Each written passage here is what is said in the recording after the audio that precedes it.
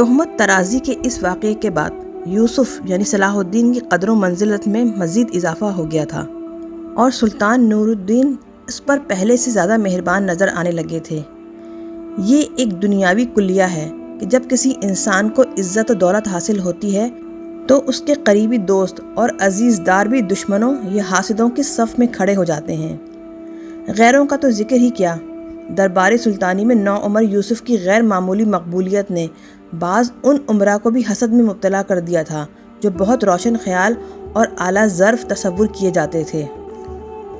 معزول ابن مرقوم ویسے ہی یوسف سے شدید نفرت کرتا تھا۔ اس نے انتقام لینے کے لیے ان امیروں کو بھی ورغلانا شروع کیا جن سے اس کے قریبی تعلقات تھے۔ وہ دن دور نہیں جب ایک پست خاندان سے تعلق رکھنے والا کرد ہم اعلیٰ نسب عربوں پر حکومت کرے گا۔ امیر ابن مرقوم ایک خفیہ نشست میں یوسف کے خلاف زہر اگل رہا تھا۔ اس وقت سلطان نور الدین زنگی کے 3 بڑے امراء راشد بن عبداللہ، عمیر بن مروان اور فواد بن کعب موجود تھے۔ میں تو راندہ درگاہ ہو چکا، مگر آپ حضرات کو سلطان عادل کی قربت حاصل ہے۔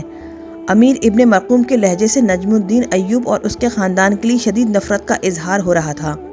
سلطان عادل کو سمجھائیں کہ نجم الدین ایوب اور اسد الدین پر زیادہ اعتماد نہ کریں۔ وہ اپنے عہدہ و منصب اور اختیارات سے فائدہ اٹھاتے ہوئے کسی وقت بھی سلطان معظم کی حکومت کا تختہ الٹ سکتے ہیں۔ میں نے اس خاندان کا زور توڑنے کے لیے ایک کوشش کی تھی، مگر افسوس تقدیر نے میرا ساتھ نہیں دیا۔ امیر راشد بن عبداللہ، عمیر بن مروان اور فواد بن کعب ابن مرقوم کی منطقی گفتگو سے متاثر نظر آ رہے تھے۔ ٹھیک ہے، آج میں سلطان عادل کی نظروں سے گر گیا ہوں، مگر پرانا خدمت گار ہوں، اس لیے حق نبق ادا کر رہا ہوں۔ امیر ابن مرقوم کے چہرے سے اداسی جھلک رہی تھی اور وہ فتنہ گر ایک عجیب چال چل رہا تھا۔ میں تم لوگوں کے ساتھ بھی دوستی کا حق ادا کر رہا ہوں۔ صرف سلطان عادل ہی کے اقتدار کو خطرہ نہیں، تمہاری کرسیاں بھی آنے والے طوفان کی زد میں ہیں۔ تینوں امراء ابن مرقوم کے فریب میں آ گئے تھے۔ آخر اس مسئلے کا حل کیا ہے؟ امیر راشد بن عبداللہ نے ابن مرقوم سے پوچھا۔ ہم خود بھی اس خاندان کے بڑھتے ہوئے اثرات سے خائف ہیں۔ اس مسئلے کا بس ایک ہی حل ہے۔ امیر ابن مرقوم نے بڑی عیاری سے لب کشائی کی۔ سلطان عادل کو مشورہ دیں کہ بیک وقت 2 بھائیوں کے ہاتھوں میں فوجوں کی کمان نہیں ہونی چاہیے۔ پہلے اسد الدین کو سالاری کے عہدے سے ہٹا کر دربار کی 4 دیواری تک محدود کر دیا جائے تاکہ وہ سلطان عادل کی خدمت میں صرف سلام پیش کرتا رہے۔ اس کے ہاتھ میں تلوار کا رہنا انتہائی خطرناک بات ہے۔ یہ کہہ کر امیر ابن مرقوم کچھ دیر کے لیے خاموش ہو گیا اور تینوں امراء کے چہروں کا جائزہ لینے لگا۔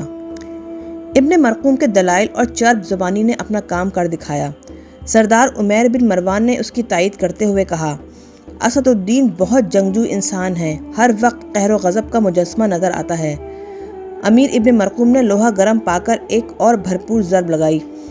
اسد الدین جنگجو ہی نہیں، ایک نہایت شاطر انسان بھی ہے، اپنے بڑے بھائی نجم الدین ایوب سے زیادہ خطرناک۔ اسے سالاری کے منصب سے ہٹانے کے بعد کسی دوسرے موقع پر نجم الدین ایوب کے ہاتھ سے بھی تلوار لے کر اسے دربار میں بٹھا دیا جائے۔ اس طرح زنگی خاندان کا اقتدار بھی محفوظ ہو جائے گا اور آپ حضرات کی کرسیاں بھی۔ پھر تینوں امراء ابن مرقوم سے وعدہ کر کے اٹھے کہ وہ عنقریب اس خاندان سے نجات حاصل کر لیں گے۔ پھر وہ دن امیر ابن مرقوم کی زندگی کا یادگار دن تھا جب پورے شام میں یوسف صلاح الدین کی موت کی خبر عام ہو چکی تھی۔ امیر ابن مرقوم خوشی سے پاگل ہو کر گلی کوچوں میں چیختا پھر رہا تھا، لوگوں سنو، قدرت نے میرے ساتھ انصاف کر دیا۔ نجم الدین ایوب نے اپنے اختیارات استعمال کر کے مجھے سلطان عادل کے ہاتھوں معزول کروایا تھا، مگر حقیقی عادل تو اللہ کی ذات پاک ہے، اس کی عدالت میں کسی کی سفارش نہیں چلتی۔ اس نے میری ذلت اور رسوائی کا انتقام لے لیا اور نجم الدین ایوب کا بیٹا یوسف مر گیا۔ امیر ابن مرقوم کی وحشیانہ چیخیں سن کر بہت سے لوگ اپنے گھروں سے نکل آئے تھے۔ ان کے چہروں سے افسوس کا اظہار ہو رہا تھا اور جو لوگ تہمت ترازی کے واقعے سے باخبر تھے انہیں پاک باز اور جواں سال یوسف کی ناگہانی موت کا بہت صدمہ تھا اور وہ اسلامی رسم کے مطابق دل ہی دل میں مغفرت کی دعائیں کر رہے تھے۔ اور نجم الدین ایوب کے گھرانے پر تو قیامت ہی ٹوٹ پڑی تھی۔ کسی کو یقین ہی نہیں آ رہا تھا کہ یوسف ان سے اتنی جلدی بچھڑ جائے گا۔ زبیدہ اپنے جانے والے بیٹے کو پکارتے پکارتے شدت غم سے بے ہوش ہو گئی تھی۔ دونوں بھائی توران شاہ اور ملک عادل روتے روتے نڈھال ہو گئے تھے۔ نجم الدین اور اسد الدین کی آنکھوں سے بھی آنسو رواں تھے اور وہ فولادی اعصاب رکھنے والے انسان بھی برسوں کے بیمار نظر آ رہے تھے۔ پھر دیکھنے والوں نے ایک جاں گداز منظر دیکھا۔ سلطان نور الدین زنگی کے محل کی ایک کنیز پاگلوں کی طرح بھاگی چلی جا رہی تھی۔ نہ اس کے سر پر کوئی چادر تھی، نہ چہرے پر حجاب۔ لوگ حیران تھے کہ اس خوبصورت لڑکی پہ کیا افتاد پڑی ہے۔ وہ زارو قطار رو رہی تھی اور ہجانی انداز میں چیخ رہی تھی، لوگوں، تم نے میرے یوسف کو دیکھا ہے؟ وہ مجھ سے ملے بغیر کہاں چلا گیا؟ یہ لڑکی شاریہ تھی جو یوسف کے مرنے کی خبر سن کر تقریباً اپنے ہوش و حواس کھو بیٹھی تھی۔ پھر وہ ایک ہی رفتار سے بھاگتی ہوئی نجم الدین ایوب کے گھر پہنچی۔ بکھرے ہوئے بال، گرد و غبار سے اٹا ہوا چہرہ اور چڑھی ہوئی سانسیں۔ نجم الدین ایوب اسے ایک نظر میں نہیں پہچان سکا۔ تم کون ہو بیٹی؟ اس نے اپنا غم چند لمحوں کے لیے بھلا کر اس پریشان حال لڑکی سے سوال کیا۔ بابا، میں شاریہ ہوں۔ یہ کہتے ہوئے وہ نجم الدین کی طرف بڑھی۔ لوگ جھوٹ بولتے ہیں بابا، یوسف مجھ سے ملے بغیر کہیں نہیں جا سکتا۔ یہ کہہ کر شاریہ نے نجم الدین کے سینے پر سر رکھ دیا اور بے ہوش ہو گئی۔ اس المناک واقعے کی تفصیل یہ ہے کہ سلطان نور الدین زنگی نے یوسف کو اپنے معتمد غلام امین کے ساتھ ایک خفیہ سرکاری کام سے شہر حما بھیجا تھا۔ پھر ایک رات جب تمام لوگ گہری نیند میں ڈوبے ہوئے تھے تو اچانک زلزلے نے پورے شہر کو اپنی لپیٹ میں لے لیا۔ زلزلہ اتنا شدید تھا کہ چند لمحوں میں حما کی زمین زیر و زبر ہو گئی۔ پھر جب صبح ہوئی تو قریب کے شہر میں ٹھہرے ہوئے سلطان نور الدین زنگی کے جاسوسوں نے یہ عبرتناک منظر دیکھا۔ ایک رات میں پورا شہر کھنڈر بن گیا تھا۔ پھر برق رفتار شہ سواروں نے شام پہنچ کر سلطان عادل کو اطلاع دی کہ حما میں ہر طرف تباہی کا منظر ہے، ایک مکان بھی زلزلے سے محفوظ نہیں رہا۔ چونکہ یوسف بھی حما کے ایک مقام میں مقیم تھا، اس لیے اس کی موت کا یقین کر لیا گیا۔ نجم الدین ایوب کا گھر ماتم کدہ بنا ہوا تھا۔ شامی فوج کا سالار ہونے کے باعث بہت سے سپاہی اور درباری عمرہ مسلسل تعزیت کے لیے آ رہے تھے۔ غم گساروں میں وہ تینوں منافق امیر راشد بن عبداللہ، عمیر بن مروان اور فواد بن کعب بھی تھے، جو امیر ابن مرقوم کے فریب میں آ گئے تھے اور در پردہ نجم الدین ایوب کو اس کے عہدے سے ہٹانے کی سازش کر رہے تھے۔ ہم اس جواں مرگی پر یوسف کا ماتم کرتے ہیں، امیر راشد بن عبداللہ نے مصنوعی طور پر رنج و الم کا مظاہرہ کرتے ہوئے کہا۔ دوسرے امیر فواد بن کعب نے آسمان کی طرف دیکھتے ہوئے کہا، اے فلک کج رفتار، یہ کیسا ستم ہے کہ بوڑھے ماں باپ وقت کے تھپیڑے کھانے کے لیے زندہ رہ جاتے ہیں اور ان کے کڑیل جوانوں کو خاک میں ملا دیا جاتا ہے۔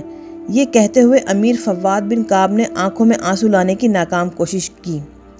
اگرچہ تنہائی میں روتے روتے نجم الدین ایوب کی آنکھیں سوج گئی تھیں، لیکن وہ تعزیت کرنے والوں کے سامنے غیر معمولی ضبط و تحمل کا مظاہرہ کر رہا تھا۔ امیر، آپ کے ہمدردانہ جذبات کا بے حد شکریہ، مگر ایک مومن کے لیے یہ انداز گفتگو جائز نہیں۔ بے شک یوسف کے غم میں ہمارے دل اداس اور آنکھیں اشک بار ہیں، لیکن ہمیں ہر حال میں راضی برضا رہنا چاہیے۔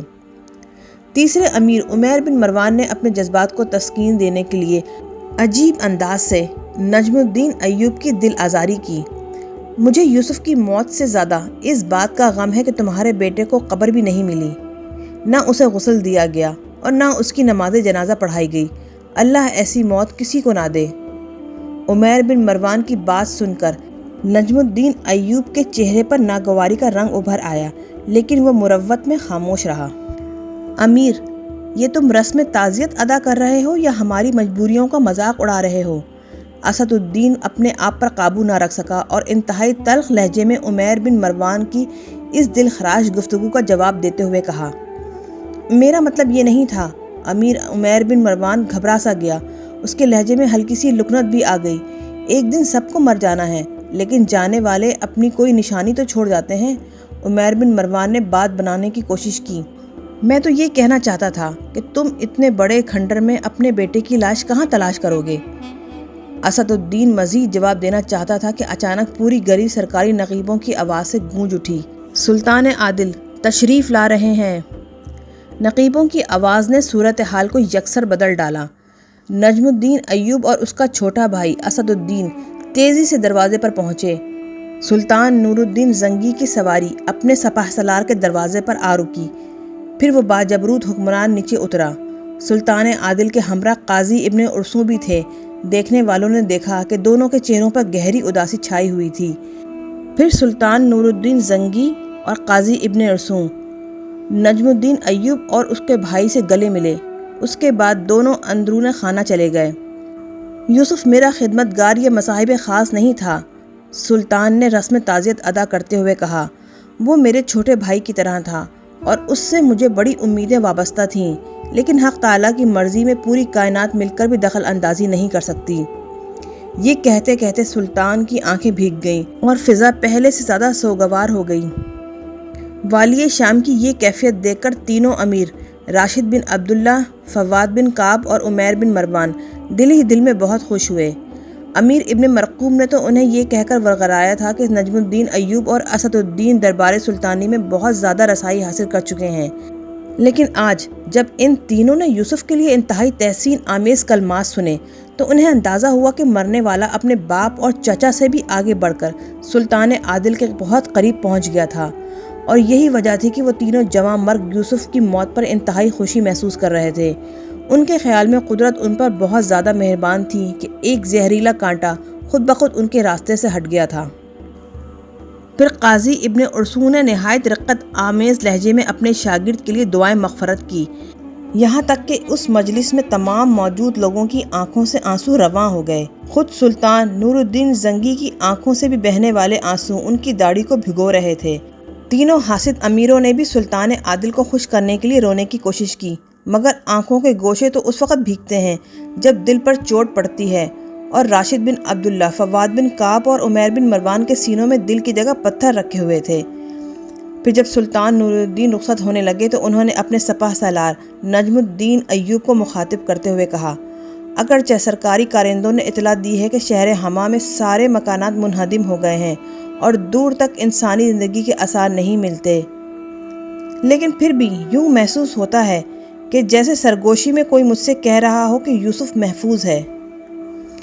آمین۔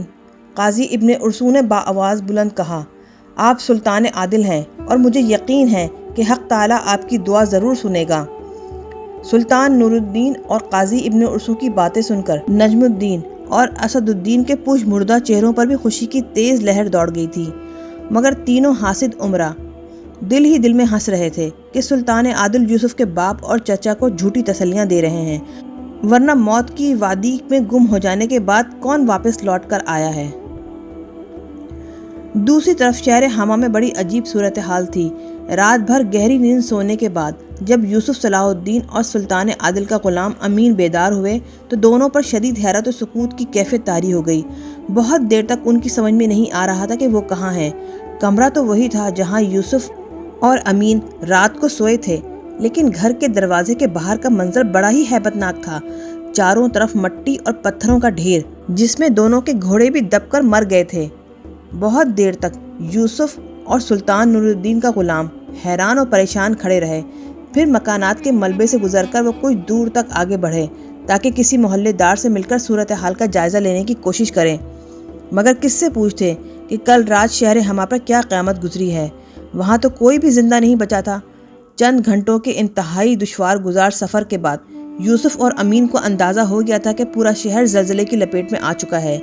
بھوک اور پیاس کی شدت سے دونوں کو برا حال تھا۔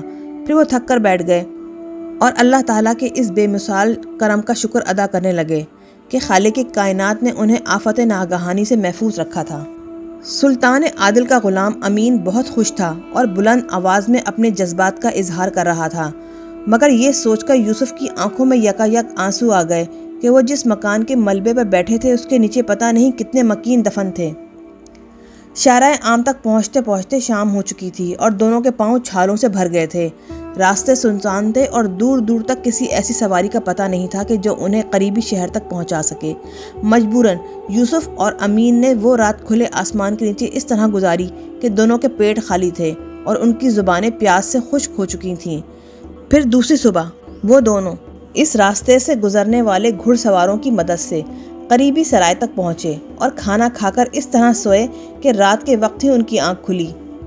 الغرض 3 دن کی اذیت ناک مسافت کے بعد یوسف اور امین انتہائی شکستہ حالت میں دارالحکومت شام پہنچے۔ پورے شہر میں ایک تہلکہ مچ گیا، کسی کو ان کی زندگی کا یقین نہیں آ رہا تھا۔ مگر وہ دونوں زندہ تھے۔ پھر سلطان نور الدین زنگی نے یوسف کے زندہ سلامت بچ جانے پر جشن خاص کا اہتمام کیا۔ خود سلطان عادل نے اپنے ہاتھ سے یوسف کو قبائے زرنگار پہنائی۔ یہ منظر دیکھ کر نجم الدین ایوب اور اسد الدین کی آنکھوں میں آنسو آ گئے، مگر یہ آنسو اظہار تشکر کے طور پر تھے کہ خالق کائنات نے ان کے بیٹے کو دوسری زندگی عطا فرمائی۔ تینوں امیروں کے چہرے مسخ ہو کر رہ گئے تھے۔ ان تینوں سے یہ جشن مسرت برداشت نہیں ہو رہا تھا۔ اگر ان کی یہ حرکت درباری آداب کے خلاف نہ ہوتی تو وہ یہ منظر دیکھنے کے بجائے دربار سے اٹھ کر جا چکے ہوتے یا پھر اس جشن خاص میں شریک ہی نہ ہوتے۔ مگر قدرت کے کھیل بھی عجیب ہوتے ہیں۔ وہ تینوں حاسد امرا یوسف کو اس طرح مردہ دیکھنا چاہتے تھے کہ اس کی قبر کا نام و نشان تک نہ ہوتا، مگر یہ کیسے ناقابل یقین بات تھی کہ یوسف نہ صرف زندہ تھا بلکہ سلطان نور الدین زنگی اسے اپنے دست مبارک سے قلعت خاص پہنا رہے تھے۔ امیر راشد بن عبداللہ فواد بن کعب اور عمیر بن مروان ناقابل بیان اذیت و کرب میں مبتلا تھے۔ سلطان نور الدین زنگی ایک ولی صفت حکمران تھے۔ ان کی حکومت میں رقص و سرور اور شراب نوشی ممنوع تھی۔ اگر کچھ امراء بادہ کشی کرتے بھی ہوں گے تو اپنے تہخانوں میں چھپ کر، پھر بھی اگر کوئی بااثر شخص اس لعنت میں مبتلا ہوتا اور اس کی بدکاری کا راز فاش ہو جاتا تو سلطان اس کے عہدہ و منصب کا خیال کیے بغیر سر عام کوڑے لگواتے۔ اگر سلطان عادل کو کوئی شوق تھا تو بس شعر و شاعری کا، اور شاعری بھی ایسی کہ مسلمانوں کے خون کو گرماتی رہے اور ان کی اخلاقی تربیت کرتی رہے۔ ہرقلہ سلطان نور الدین کا درباری شاعر تھا، بڑے پر اثر اور انقلابی شعر کہنے والا۔ جب سلطان عادل یوسف کو قلعت خاص پہنا چکے تو شاعر ہرقلہ اپنی نشست پہ کھڑا ہو گیا اور اس نے بڑے پرسوز لہجے میں یہ دو اشعار پڑھے: جس طرح اللہ تعالیٰ نے اپنی قدرت بے پناہ کے سبب حضرت یوسف علیہ السلام کو اندھے کنویں میں محفوظ رکھا اور ان کے بھائیوں کی فتنہ گرانہ چالوں کو ناکام بنا دیا، اسی طرح پروردگار عالم نے ہمارے یوسف کے چاروں طرف بھی اپنے کرم کا حصار کھینچ دیا تھا اور وہ زلزلے کی تباہ کاریوں سے امان میں رہا۔ میری دعا بھی ہے اور مجھے یقین بھی ہے کہ معبود حقیقی آئندہ بھی اسی طرح یوسف کو حاسدوں کی نظر بد اور زمانہ کی شرانگیزیوں سے محفوظ رکھے گا۔ پھر کچھ دن بعد ہی شاعر ہرقلہ کی دعا عالم اسباب میں ظاہر ہو گئی۔ امیر راشد بن عبداللہ ایک دن اپنے گھوڑے پہ سوار جا رہا تھا۔ اس وقت گھوڑا اپنی پوری رفتار میں تھا کہ یکایک گھوڑے نے ٹھوکر کھائی اور وہ اوندھے منہ گر پڑا۔ امیر راشد بن عبداللہ ذہنی طور پر اس حادثے کے لیے تیار نہیں تھا، اس لیے گھوڑے کی لگامیں اس کے ہاتھ سے چھوٹ گئیں اور وہ دور جا گرا۔ گرتے وقت راشد بن عبداللہ کا سر ایک بھاری پتھر سے ٹکرایا۔ ضرب اتنی شدید تھی کہ سر کی ہڈیاں ٹوٹ گئیں اور دماغ باہر نکل آیا۔ دوسرے امیر فواد بن کعب کو اس کے غلام نے سوتے میں قتل کر دیا۔ امیر فواد بن کعب ایک انتہائی ظالم اور اذیت پسند انسان تھا۔ معمولی غلطیوں پر اپنے غلام رملہ کو سخت سزائیں دیتا تھا اور اس پر بہت زیادہ تشدد کرتا تھا۔ آخر اس مسلسل عذاب سے نجات حاصل کرنے کے لیے اس کے غلام نے اس کو اس وقت قتل کر دیا جب وہ گہری نیند سویا ہوا تھا۔ تیسرا امیر عمیر بن مروان یکایک اپنے ذہنی توازن کھو بیٹھا۔ سلطانی طبیبوں نے اس کا بہت علاج کیا، مگر عمیر بن مروان کی طبیعت روز بروز بگڑتی گئی، یہاں تک کہ شام کے ہر بڑے طبیب نے اسے لا علاج قرار دے دیا۔ پھر ایک دن عمیر بن مروان کے پیروں میں بھاری زنجیریں ڈال دی گئیں اور وہ مکمل طور پر پاگل ہو چکا تھا۔ امیر ابن مرقوم، جو یوسف کے خلاف سازش کرنے والا پہلا شخص تھا، پہلے ہی معتوب اور مفلس ہو چکا تھا۔ اب اچانک اس پر جذام یعنی کوڑ کا حملہ ہوا اور وہ تصویر عبرت بن کر رہ گیا تھا۔ اگرچہ ان چاروں واقعات کو محض اتفاق سمجھا گیا، لیکن در حقیقت یہ ان بدکار امراء کے اعمال کی سزا تھی جو اس وقت ظاہر ہوئی جب ان لوگوں نے یوسف کے خلاف ریشہ دوانیاں شروع کیں۔ امیر ابن مرقوم کی تہمت ترازی اور زلزلے کی تباہ کاری سے محفوظ رہنے کے بعد شام کے باخبر دور اندیش لوگوں نے سمجھ لیا تھا کہ یوسف کوئی غیر معمولی نوجوان ہے۔ یوسف کی باحفاظت واپسی اور خلعت خاص سے نوازے جانے کے بعد شاریہ کی خوشی کا کوئی ٹھکانہ نہیں رہا تھا۔ وہ نجم الدین ایوب کے سامنے بار بار اپنا ایک ہی جملہ دہراتی تھی: بابا، میں نے آپ سے کہا تھا نا کہ یوسف مجھ سے ملے بغیر نہیں جا سکتا۔ جب یوسف نے شاریہ کی بات سنی تو وہ باپ کے سامنے خاموش رہا، لیکن تنہائی میں اس نے اپنی ماں زبیدہ سے پوچھا: ام محترم، شاریہ کیا کہتی ہے؟ زبیدہ نے بڑی محبت سے اپنے بیٹے کو اس واقعے کی تفصیل بتاتے ہوئے کہا: میرے بچے، جب تمہاری موت کی خبر شام کے گلی کوچے میں عام ہو گئی تھی، تو بس عزیزوں اور شناساؤں میں یہی ایک لڑکی تھی جسے تمہاری موت کا یقین نہیں آیا تھا۔ سرکاری کارندوں کی اطلاعات سن کر کچھ دیر کے لیے میں بھی مایوس ہو گئی تھی، مگر شاریہ کے یقین میں ذرا برابر بھی کمی نہیں آئی تھی۔ وہ مجھ سے اور تمہارے باپ سے یہی کہتی تھی کہ یوسف اس سے ملے بغیر نہیں جا سکتا۔ والدہ کی بات سن کر یوسف گہری سوچ میں ڈوب گیا۔ روز و شب کے معمولات جاری تھے، ان میں کوئی نمایاں فرق نہیں آیا تھا، مگر شاریہ کے رویے میں ایک بڑی تبدیلی آ گئی تھی۔ وہ پہلے کبھی کبھی نجم الدین ایوب کے گھر آتی تھی، لیکن زلزلے کے واقعے کے بعد شاریہ نے بلا ناغہ آنا شروع کر دیا تھا۔ وہ کچھ دیر تک اہل خانہ کے ساتھ رہتی، پھر یوسف کے کمرے میں جاتی، چند لمحوں تک کھوئی کھوئی نظروں سے یوسف کے چہرے کو دیکھتی رہتی اور یہ دعا دے کر چلی جاتی: یوسف، اللہ میری سانسیں بھی تم کو بخش دے۔ اگرچہ شاریہ اپنے جذبات کا اظہار کرنے میں بڑی احتیاط برتتی تھی، لیکن ایک دن اتفاق سے نجم الدین ایوب نے شاریہ کی بات سن لی۔ پھر جب وہ چلی گئی تو نجم الدین نے اپنی بیوی اور بیٹے کو تنہائی میں طلب کر کے کہا: یہ کنیز یہاں روز کیوں آتی ہے؟ نجم الدین ایوب نے اپنی بیوی کو مخاطب کرتے ہوئے کہا۔ اس کے لہجے میں ہلکی سی سختی تھی۔ وہ بے ماں باپ کی بچی ہے۔ شاریہ کے لیے زبیدہ کے لہجے سے گہری ہمدردی اور کسی حد تک محبت بھی جھلک رہی تھی۔ وہ اپنے احساس جرم کی شدت کم کرنے کے لیے ہمارے گھر آتی ہے، اور پھر اس نے کبھی کبھی آنے کے لیے آپ سے اجازت بھی طلب کی تھی۔ زبیدہ نے شاریہ کی صفائی پیش کرتے ہوئے کہا۔ میں نے اسے کبھی کبھی آنے کی اجازت دی تھی۔ نجم الدین ایوب کا لہجہ مزید سخت ہو گیا تھا۔ اور اب میں اس اجازت نامے کو منسوخ کرتا ہوں۔ شاریہ سے کھلے لفظوں میں کہہ دیا جائے کہ آئندہ وہ ہمارے گھر میں داخل نہ ہو۔ شوہر کا حکم سن کر زبیدہ اور یوسف دونوں حیران رہ گئے۔ پھر جب کچھ دیر بعد حیرت و سکوت کی یہ کیفیت زائل ہوئی تو زبیدہ نے نجم الدین ایوب سے پوچھا: آخر آپ کو یہ نیا حکم صادر کرنے کی ضرورت کیوں پیش آئی؟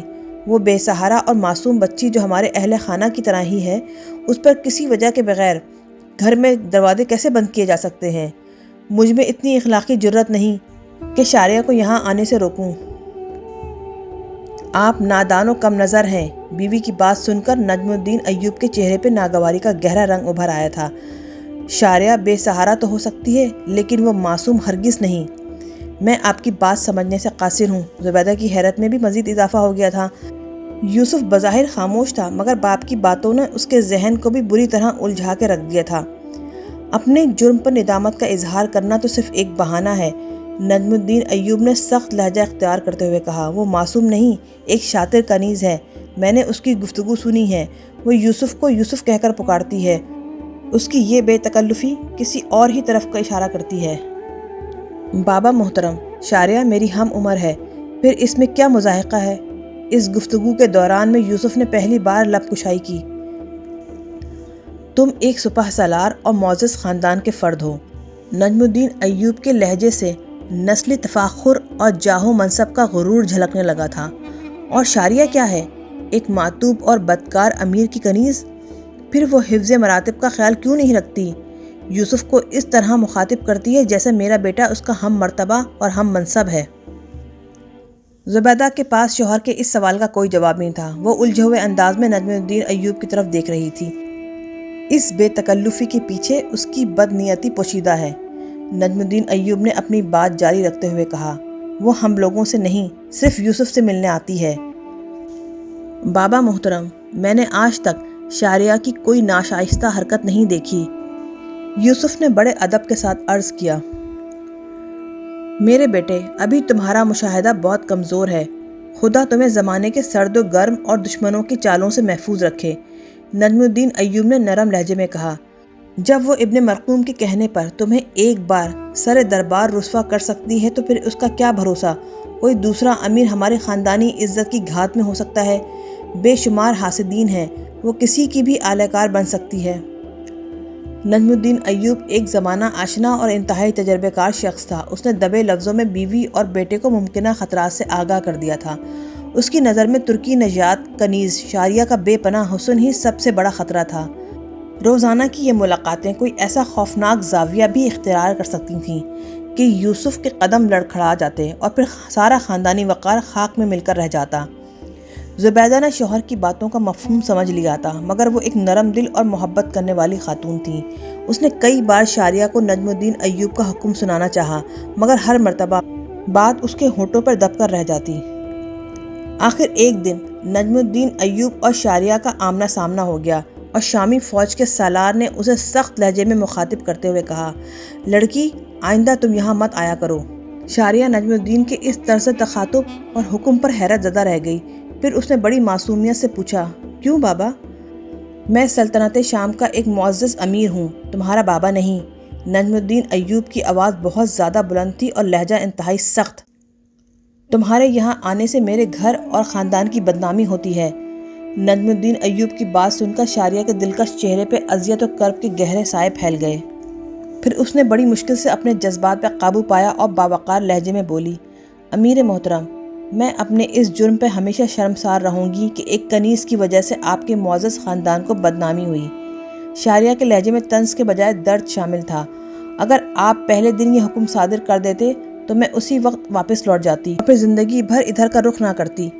آپ نے وقت کی دھوپ میں جلنے والی ایک بے سہارا لڑکی کو محبتوں کی چھاؤں بخشی تھی، اس لیے ٹھہر گئی۔ مجھے کیا معلوم تھا کہ اللہ کی اتنی بڑی زمین پر میرے نام کا کوئی درخت نہیں ہے۔ میں ایسے چرب زبان لوگوں کو پسند نہیں کرتا۔ نجم الدین ایوب کے لہجے سے شدید ناگواری جھلک رہی تھی۔ میری زبان ہی کہاں ہے امیر محترم؟ اب شاریہ کے ہونٹوں سے دل کا درد واضح طور پر جھلکنے لگا تھا۔ میں گزرے ہوئے وقت کو تو واپس نہیں لا سکتی، مگر اپنے اللہ سے دعا ضرور کروں گی کہ مجھ گناہگار کی وجہ سے آپ کے خاندان کی جو بدنامی ہوئی ہے اسے دور کر دے اور مزید سربلندیوں سے سرفراز کر دے۔ اگر اجازت ہو تو میں اس مہربان ہستی سے آخری ملاقات کر لوں جس کے چہرے پہ مجھے اپنی ماں کی صورت نظر آتی ہے۔ نجم الدین ایوب نے خاموش رہ کر اپنی رضامندی کا اظہار کر دیا۔ شاریہ تیزی سے آگے بڑھی اور زبیدہ کے کمرے میں چلی گئی۔ زبیدہ اداس بیٹھی تھی۔ اس نے نجم الدین ایوب اور شاریہ کے درمیان ہونے والی گفتگو سن لی تھی۔ بیٹی، میں بہت مجبور ہوں۔ یہ کہتے کہتے زبیدہ کی آنکھوں میں آنسو آ گئے تھے۔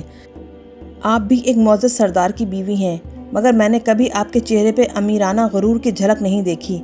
یہ کہتے کہتے شاریہ بھی رونے لگی۔ یہی وجہ تھی کہ میں آپ کے خد و خال میں اپنی ماں کو تلاش کرتی تھی، ورنہ حقیقت یہ ہے کہ سرداروں اور لونڈی غلاموں کی ماؤں میں بہت فرق ہوتا ہے۔ میں صرف یہ عرض کرنے آئی ہوں کہ آپ امیر محترم کو یقین دلا دیں، میری وجہ سے اس خاندان کی عظمت پر کبھی کوئی حرف نہیں آئے گا۔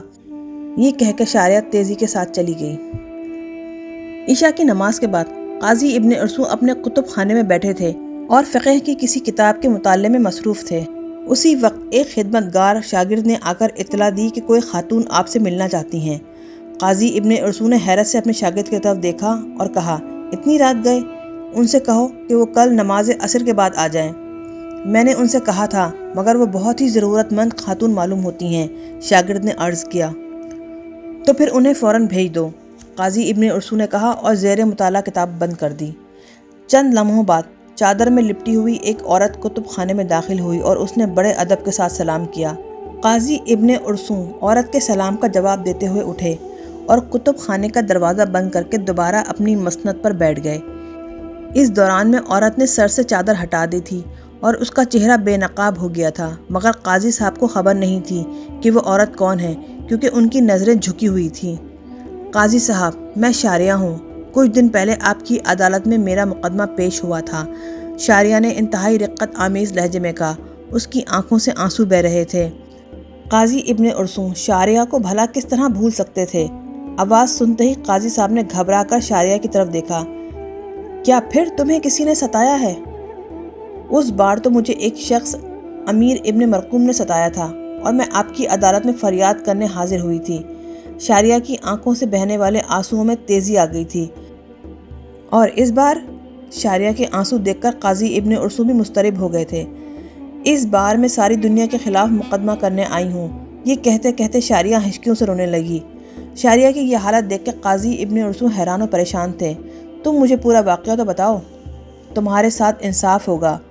قاضی ابن ارسو انتہائی ہمدردانہ لہجے میں شاریہ کو تسلی دے رہے تھے۔ یہ دنیا مجھے بہت ستاتی ہے قاضی صاحب، شاریہ بچوں کی طرح رو رہی تھی۔ ایک دن مار ہی ڈالے گی۔ اس سے پہلے کہ میں ذلت و بے کسی کی موت مر جاؤں، مجھے اپنے کتب خانے میں پناہ دے دیجیے۔ یہ کتابیں تو مجھ سے کچھ نہیں کہیں گی کہ میرے چھونے سے ان کی بدنامی ہو رہی ہے۔ شاریہ کی رداد غم سن کر قاضی ابن ارسو کی آنکھوں میں بھی آنسو آ گئے۔ پھر انہوں نے شاریہ کو اپنے حلقہ شاگردی میں داخل کر لیا۔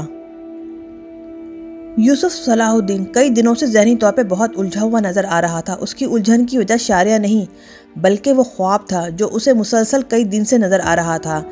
جب بھی یوسف سونے کے لیے اپنے بستر پہ دراز ہوتا اور پھر جیسے ہی اس کی آنکھ لگتی وہ خود کو ایک عظیم الشان کتب خانے میں مطالعہ کرتا ہوا پاتا۔ پھر اچانک کسی گوشے سے ایک نورانی صورت بزرگ نمودار ہوتے اور قریب آ کر انتہائی پرجلال لہجے میں یوسف سے مخاطب ہوتے۔ تمہیں اس کام کے لیے پیدا نہیں کیا گیا ہے کہ گوشہ گیر ہو کر کتابوں کے اوراق میں گم ہو جاؤ۔ باہر نکل کر دیکھو، ملت اسلامیہ خون کے سیلاب میں غرق ہو رہی ہے۔ یہ کہہ کر وہ بزرگ غائب ہو جاتے اور یوسف گھبرا کر اٹھ جاتا اور اسے اپنے جسم میں ہلکی سی لرزش محسوس ہوتی، جیسے یہ بزرگ کی ہیبت کا اثر ہو۔ پھر وہ اس خواب کے اثر سے بہت دیر تک اضطرابی کیفیت میں اپنے بستر پر کروٹیں بدلتا رہتا۔ صبح ہوتے ہی یوسف دنیا کی ہنگامہ خیزیوں میں گم ہو کر رات کے خواب کو بھول جاتا، مگر جب دوسری رات آتی اور اس کی آنکھ لگتی تو پھر خواب میں وہی بزرگ نظر آتے اور وہی مخصوص کلمات ادا کر کے غائب ہو جاتے۔ یوسف بزرگ کو پہچاننے اور ان کے الفاظ کا مفہوم سمجھنے سے قاصر تھا۔ پھر جب ایک ہی خواب بلا ناغہ نظر آنے لگا تو یوسف اپنے استاد گرامی قاضی ابن ارسطو کی خدمت میں حاضر ہوا اور اپنا پورا خواب بے کم و کاست بیان کر دیا۔ خواب سننے کے بعد قاضی ابن ارسطو نے یوسف سے پوچھا، تم اپنے خواب کا کوئی حصہ بھول تو نہیں رہے ہو، یا تم نے اپنی طرف سے خواب میں کوئی اضافہ تو نہیں کر دیا ہے؟ یوسف کچھ دیر تک اپنے ذہن پر زور ڈال کر سوچتا، پھر انتہائی مؤدب لہجے میں عرض کرنے لگا، استاد گرامی، مجھے بزرگ کی زبان سے ادا ہونے والا ایک ایک لفظ، اپنے خواب کا ایک ایک منظر یاد ہے۔ یوسف، کیا تم نے ان بزرگ کو اس سے پہلے بھی کبھی خواب میں دیکھا ہے؟ قاضی ابن ارسطو نے اپنے شاگرد سے دوسرا سوال کیا۔ بس اسی خواب کے حوالے سے ان بزرگ کو مسلسل خواب میں دیکھا ہے، اس سے پہلے وہ کبھی نظر نہیں آئے، یوسف نے عرض کیا۔ قاضی ابن ارسطو کچھ دیر تک یوسف کی پیشانی کو بہت غور سے دیکھتے رہے، پھر نہایت محبت آمیز لہجے میں کہنے لگے، یوسف، تم نے یہ خواب کسی اور کے سامنے تو بیان نہیں کیا ہے؟ استاد محترم، پہلے تو میں خود کئی دن تک اس خواب کی تعبیر سمجھنے کی کوشش کرتا رہا، یوسف نے بصد احترام عرض کیا۔ پھر جب عاجز آ گیا تو آپ کی خدمت عالیہ میں حاضر ہو گیا۔ یوسف کا جواب سن کر قاضی ابن ارسطو نے اپنی آنکھیں بند کر لیں۔ انہیں دیکھ کر محسوس ہوتا تھا کہ جیسے وہ اس وقت مراقبے کی حالت میں ہوں۔ پھر کچھ دیر بعد قاضی ابن ارسطو نے آنکھیں کھولیں اور اپنے شاگرد سے مخاطب ہو کر بولے، تم اپنا یہ خواب کسی سے بیان کرنا بھی نہیں، یہ ایک غیبی اشارہ ہے۔ اللہ تعالیٰ نے دنیا کے تمام انسانوں کو مختلف ذمہ داریاں دے کر اس عالم اسباب میں بھیجا ہے۔ میں تمہارے ذوق علم سے خوب واقف ہوں، مگر قدرت کو کچھ اور ہی منظور ہے۔ وہ تمہارے ہاتھوں میں قلم کی بجائے شمشیر دیکھنا چاہتی ہے۔ یہ کہہ کر قاضی ابن ارسطو کچھ دیر کے لیے خاموش ہو گئے۔ یوسف اپنے خواب کی تعبیر سن کر کچھ دیر تک حیرت کی کیفیت سے دوچار رہا، پھر مؤدب لہجے میں عرض کرنے لگا، استاد گرامی، مجھے قتال و جدال، مال و منال اور منصب و جاہ سے کوئی رغبت نہیں۔ یہ شہسواری اور شمشیر زنی بھی میں نے والد محترم کے اصرار پر سیکھی ہے، ورنہ شعر و شاعری میرا تیر و کمان، قلم میری شمشیر اور مناظروں کی مجلسیں میرا میدان جنگ ہے۔ دنیا کی باقی چیزوں کو میں کوئی اہمیت نہیں دیتا۔ قاضی ابن ارسطو اپنے شاگرد خاص کی فطری رجحان سے واقف تھے، اس لیے جواب دینے میں کسی قدر تاخیر سے کام لیا۔ پھر نہایت پرسوز لہجے میں یوسف سے مخاطب ہوئے، آج میں تمہیں افضل البشر امیر المومنین حضرت ابو بکر صدیق رضی اللہ تعالیٰ عنہ کا ایک قول مبارک سناتا ہوں، اس کے ایک ایک حرف کو غور سے سنو اور ہمیشہ کے لیے ذہن نشین کر لو۔ استاد گرامی کی اس فہمائش پر یوسف ہمتن گوش ہو گیا۔ خلیفہ اول نے فرمایا، جو قوم جہاد ترک کر دیتی ہے اللہ تعالیٰ اسے دنیا میں ذلیل و خوار کر دیتا ہے۔ حضرت صدیق اکبر کا قول مبارک بیان کرتے کرتے قاضی ابن ارسطو کی آنکھوں میں آنسو آ گئے۔ یوسف، تمہیں یہ راز معلوم ہے کہ تلوار ہی اسلامی سرحدوں اور کتب خانوں کی حفاظت کرتی ہیں؟ طرابلس کا عظیم الشان کتب خانہ عیسائیوں نے صرف اس لیے جلا کر خاکستر کر دیا کہ اس کی حفاظت کے لیے تلواریں اور سپاہی نہیں تھے۔ قاضی ابن ارسطو کی مختصر تقریر اس قدر اثر انگیز تھی کہ یوسف کا رواں رواں کھڑا ہو گیا اور اسے یوں محسوس ہونے لگا جیسے پورے بدن میں چنگاریاں سی بھر گئی ہیں۔ یہ تمہارے لیے عظیم خوشخبری ہے کہ تمہیں اس طرح خواب میں تنبیہ کی گئی ہے۔ ہم تو ناکارہ لوگ تھے کہ زندگی بھر ایک گوشے میں پڑے رہے، مگر تمہارے سامنے ایک عظیم تر مقصد حیات ہے۔